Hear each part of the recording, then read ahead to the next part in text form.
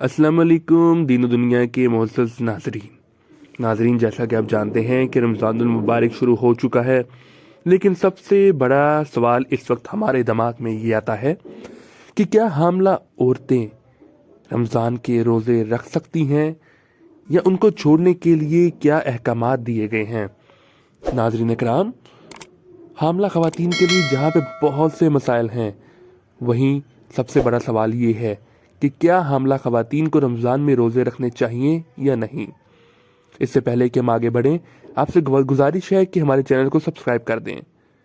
अगर हामला औरत को रोज़ा रखने की वजह से किसी किस्म का नुकसान, बीमारी का खदशा हो या रोज़े की वजह से हमल को नुकसान पहुंचने का खौफ हो, तो ऐसी सूरत में हामला औरत पे रोज़ा फ़र्ज नहीं है।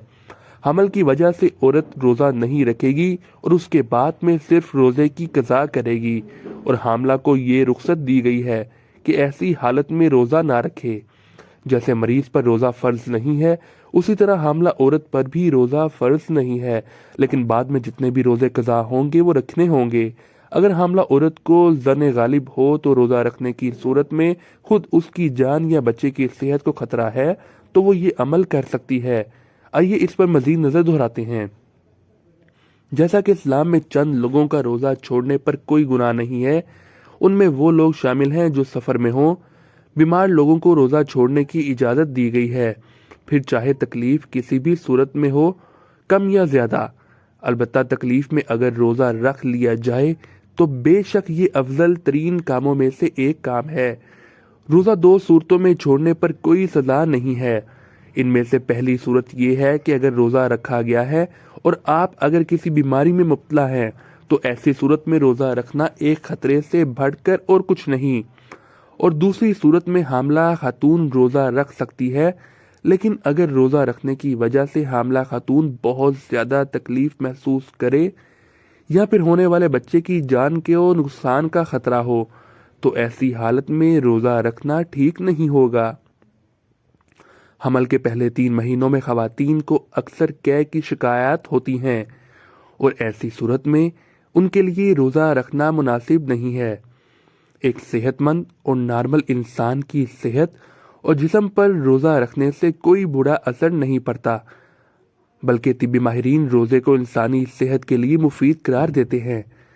तहम हामला ख़वातीन के रोज़े के हवाले से मामला ज़रा पेचीदा है, लेकिन ये ज़रूरी नहीं कि हर हामला खातून के साथ ऐसा ही हो।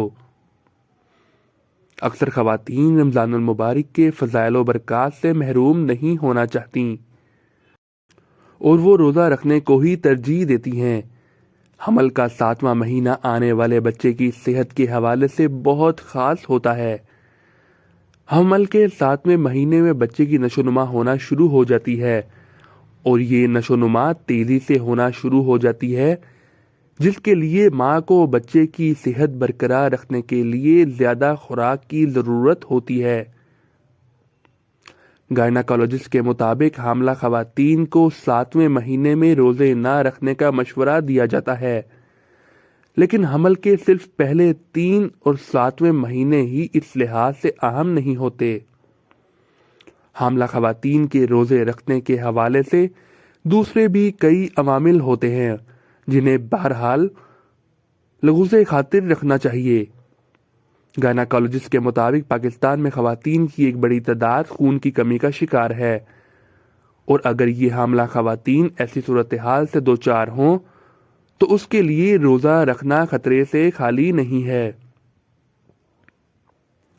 मौसम गर्मा के रोज़े वैसे ही तवील होते हैं, और ऐसे में हामला औरत के लिए रोज़े रखना किसी खतरे से कम नहीं है।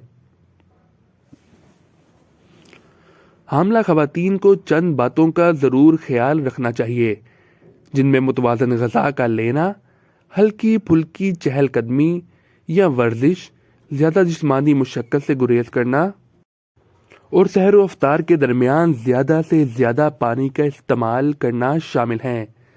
एक सेहतमंद बच्चे की पैदाइश के लिए ज़रूरी है कि हामला खातून को ग़िज़ा में फल सब्ज़ियाँ बिलखसूस गहरी सब्ज़ नारंगी और सब्ज़ियों का इस्तेमाल करना बेहद ज़रूरी है।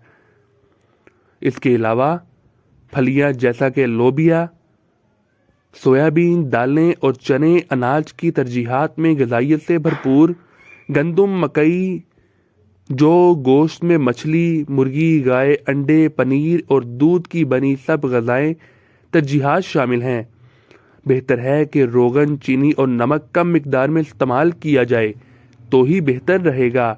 हामला ख़वातीन को चाहिए कि कैफ़ीन वाली मशरूबात से परहेज़ करें और ऐसी मशरूबात से भी परहेज़ करें जिन्हें महफूज रखने या उन्हें जायकेदार बनाने के लिए दीगर अशिया जैसे कि रंग और जायकों को इस्तेमाल किया जाए। नशास्तादार ग़िज़ा और नाकिस खुराक जहर फैलाने का सबब बन सकती हैं। रोज़ा रखने के दौरान हामला ख़वातीन को बहुत मुश्किल हो सकती है, जैसा कि अक्सर चक्कर आना, थकावट महसूस करना, ये ब्लड प्रेशर की अलामात भी हो सकती हैं। ऐसी सूरत में अपने मुआलिज से रुजू करें। अगर आपको मतली हो, चक्कर आए और ध्यान बरकरार रखने में मुश्किल हो तो ये इस बात का इशारा हो सकता है कि आपको पानी की कमी हुई है और जितनी मिकदार में पानी की आपको ज़रूरत है या आपके जिस्म को ज़रूरत है, उतनी मिकदार में पानी की आपके जिस्म तक नहीं रसाई हो रही। जब हामला और दूध पिलाने वाली, ताकत रखने वाली और चाको चबंद और बगैर किसी के रोज़ा ना रखने और ना ही वो रोज़े से मुतासिर हो, तो ऐसी ख़वातीन के लिए हुक्म है कि वो बगैर किसी उज़र के रोज़ा रखें।